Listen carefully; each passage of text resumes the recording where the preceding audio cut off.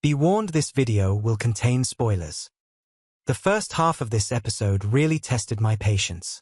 We're 6 episodes into a limited season, and when things start off slow this close to the end, it's hard not to feel a little frustrated. At this point, you'd expect the tension to be ramping up, not simmering quietly. The pacing early on felt like a stall, like we were circling the runway instead of getting ready to take off. I honestly began to wonder if the episode would coast by without anything major happening. But then, about 20 minutes before the credits rolled, everything changed, and the whole trajectory of Negan's story shifted dramatically. It's wild how quickly the Croat discovered that Negan had turned on the Dama's rat. That reveal didn't just stir the pot, it blew the whole thing wide open. Instead of dragging this out across episodes, the series made a sharp pivot, throwing Negan and the Croat into a direct, violent confrontation that reshapes the entire dynamic.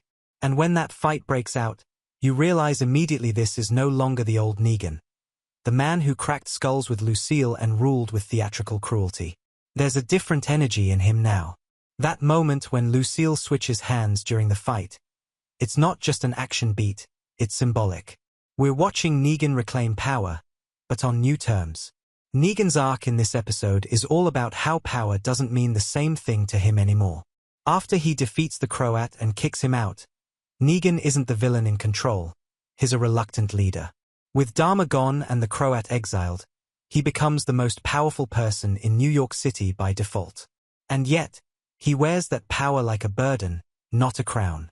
It's not about domination anymore, it's about protecting people in a way that doesn't repeat his past sins. That becomes especially clear in the conversation he has with the historian. There's this haunting honesty in the way Negan reflects on who he used to be. The line that cut deep was when he said, "Maybe the thing they needed saving from was me."